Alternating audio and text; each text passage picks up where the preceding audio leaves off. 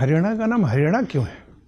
Sir basically Haryana Hari plus आना से है, और इसे सर हरि मतलब भगवान की भूमि कहा जाता है। जैसे सर महाभारत यहाँ हुई और सर भगवान कृष्ण ने गीता का उपदेश दिया, तो इसीलिए इसे हरियाणा कहा जाता है। तो हरि प्लस आना, Yes, आना sir. कौन सा ना? न है सर, आना तो न है, लेकिन हमारी हरियाणवी लैंग्वेज में बेसिकली न को न से बोला जाता है। ओके, तो इसलिए सर। पूर्ण हो जाता है। Yes sir.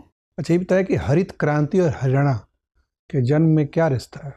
सर हरित क्रांति में हरियाणा की बहुत बड़ी भूमिका रही है। दोनों के जन्म का रिश्ता क्या है? दोनों के बर्थ में कोई रिलेशनशिप? हाँ सर, हरियाणा का सर पंजाब से सेपरेट 1966 में हुआ था, और हरित क्रांति 20 दशक में आई थी। नॉर्मन बोरलॉग का नाम सुना है? Yes sir. कौन थे वो? सर हरित क्रांति के जनक। कहाँ के थे? विश्व में हरित क्रांति के जनक। किस देश के नागरिक थे? सॉरी सर, मुझे नहीं पता। अच्छा, हमने उन्नत बीज का किसी देश से आयात किया था 1965 में। Yes sir.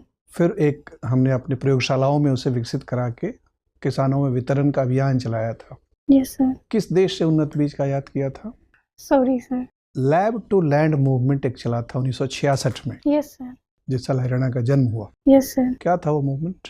सर उसमें बेसिकली खेती मतलब लैंड से लेके और लैब तक मतलब अनुसंधान उनको जोड़ा गया था, ताकि पूरी चेन प्रोसेस है जो कृषि की, उसमें सर इम्प्रूवमेंट किया जा सके। मतलब पूरी आपूर्ति श्रृंखला। यस सर, आपूर्ति श्रृंखला। और कौन कौन से कदम उठाए गए थे जिससे हरित क्रांति फलीभूत हो पाई? सर एक तो उन्नत किस्म के बीजों का आविष्कार, दूसरा सर सिंचाई की सुविधाएं, कैनाल सिस्टम बिछाया गया था जिससे सिंचाई प्रॉपर हो सके।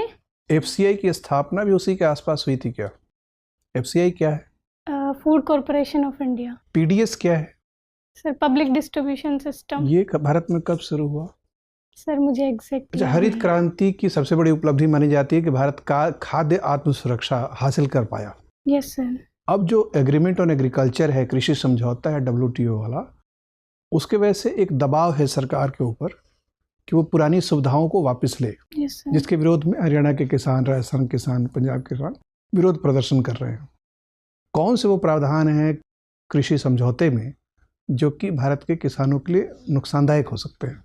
सर बेसिकली WTO में ये कहा गया है कि किसानों को कैश के रूप में इंसेंटिव नहीं दे सकते हैं। जितना प्रोडक्शन है उसका डेवलप्ड जो कंट्रीज हैं वो 5% दे सकती हैं, और डेवलपिंग 10% दे सकती हैं। अब जैसे सर MSP के रूप में भारत सरकार जो किसानों को MSP के रूप में कैश उपलब्ध कराती है, उनसे खाद्यान्न खरीदती है, वो सर हमारे भारत में 10% से ज़्यादा है। तो बेसिकली इसी के ऊपर WTO में विवाद है। क्या आपको यकीन है कि वाकई 10% से ज़्यादा है? Sir report